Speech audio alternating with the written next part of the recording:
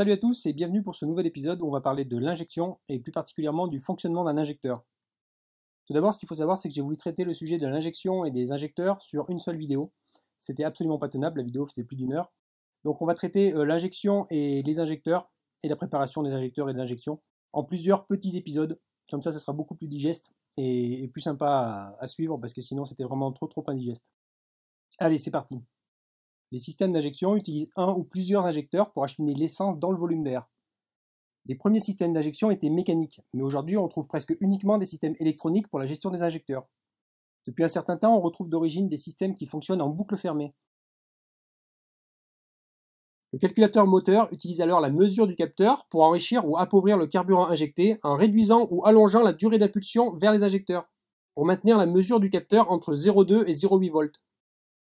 Un système en boucle fermée ajuste en permanence le volume d'essence injecté afin d'obtenir le point lambda désiré. Donc dans ce cas, l'ECU, l'Engine Control Unit, l'ordinateur de contrôle, le calculateur de contrôle moteur en fait, apprend et corrige le débit d'essence en permanence. On traitera plus particulièrement de la préparation des calculateurs et de l'ECU sur un épisode dédié, je pense, voire peut-être plusieurs. Et là, on va faire l'impasse sur l'ECU, on va parler que des injecteurs. Boucle ouverte ou fermée? Exprimé en masse, le ratio air-essence n'est guère impressionnant. Mais si l'on considère que l'on a d'un côté un gaz et de l'autre côté un liquide, et que l'on parle en volume, on trouve alors qu'il faut 10 000 litres d'air pour brûler un seul litre d'essence. Dans la vie courante, cela explique l'importance que revêt la propreté du filtre à air, qui voit passer facilement 100 000 litres d'air pour brûler un plein d'essence dans le cas d'une moto. Mais la densité de l'air n'est pas constante.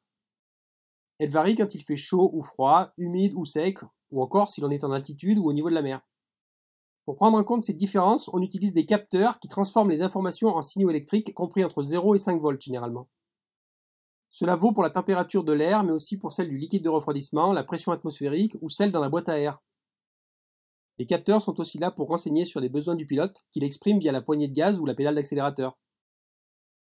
Ce rôle est dévolu au fameux TPS, le Throttle Position Sensor, ou capteur de position papillon en français. En effet, la plupart des injections fonctionnent aujourd'hui selon une stratégie alpha sur n. Alpha étant l'angle d'ouverture du papillon et n le régime moteur. Ainsi, à chaque situation, le calculateur a en mémoire la quantité de carburant qu'il doit injecter.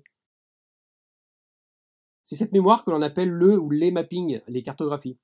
Plus le calculateur est puissant et plus il a de points dans sa cartographie, et plus il est capable de s'adapter finement à différentes situations, variations de pression, de température, etc.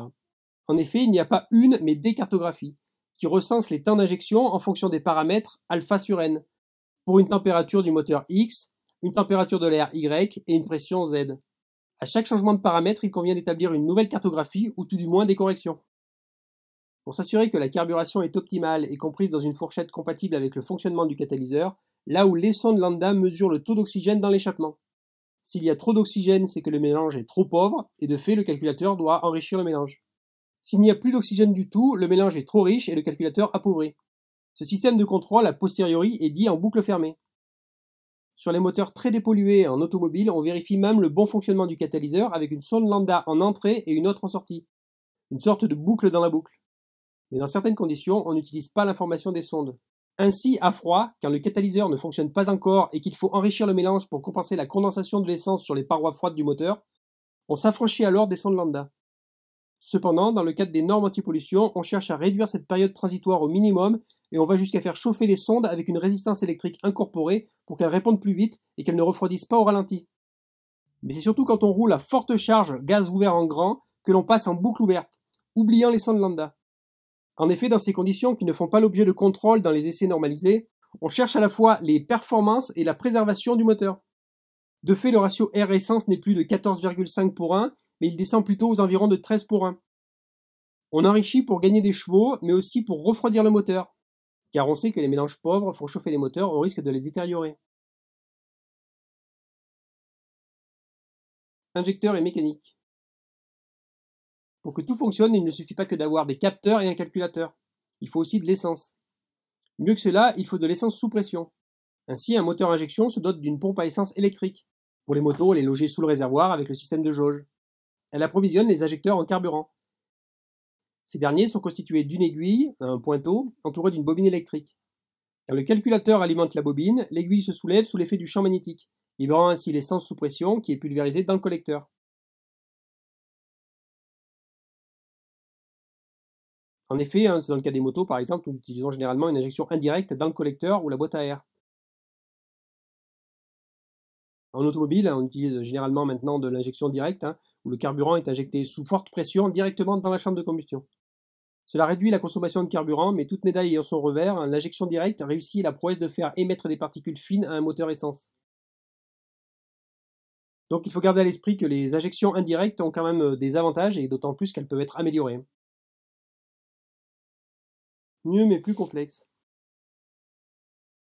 Injecteurs, capteurs, calculateurs, pompe à essence, sonde, l'injection complexifie les motos et les autos et les rend à la fois plus chères et plus lourdes. Mais cela nous ouvre aussi de nombreuses possibilités. D'ailleurs ici on parle que d'injection, mais il ne faut pas oublier que ceci est couplé à l'avance à l'allumage. Donc l'avance varie elle aussi selon la cartographie liée à l'injection. Les performances augmentent, les consommations baissent. Fini les réglages et les moteurs qui ne supportent plus la montagne. Désormais tout se gère automatiquement, sans intervention du pilote ni du mécano. L'inconvénient c'est qu'on ne peut plus rien toucher sans un appareillage électronique adéquat. Et surtout l'injection nous ouvre de nouvelles portes avec en particularité l'arrivée du contrôle de traction. Désormais, moduler la puissance du moteur devient un jeu d'enfant. Et en compétition? En revanche, en compétition, c'est le contraire. On préfère fonctionner avec un système en boucle ouverte où le calculateur ne prend pas en compte la lecture du lambda. Cette façon de faire demande de passer davantage de temps sur un dynamomètre, ne permet pas de contrôler certains facteurs extérieurs liés à l'environnement par exemple, mais demeure une solution plus fiable et ne demandant pas de lecture d'une composante telle que la sonde d'oxygène.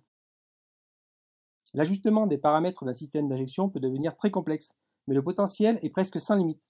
Il est toujours préférable d'utiliser un spécialiste pour ces ajustements et de partir d'un programme éprouvé pour un moteur similaire. Le fonctionnement d'un injecteur.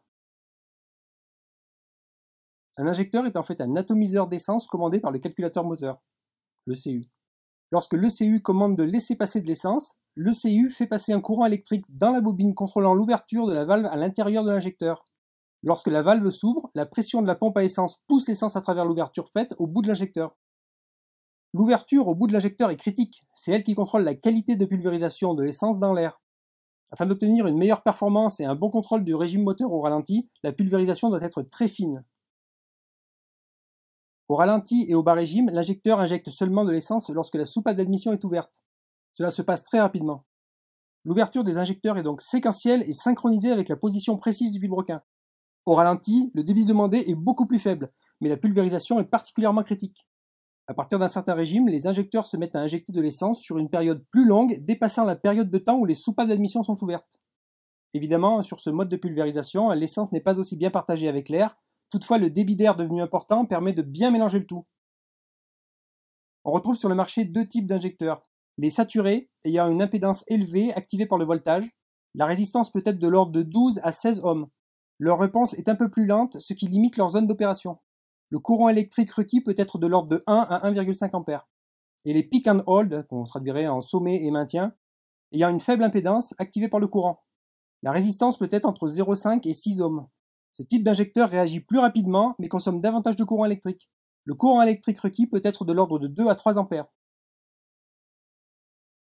Le calculateur moteur ECU a été fait pour fonctionner avec un type spécifique d'injecteur. Il ne faut jamais remplacer un type d'injecteur par un autre.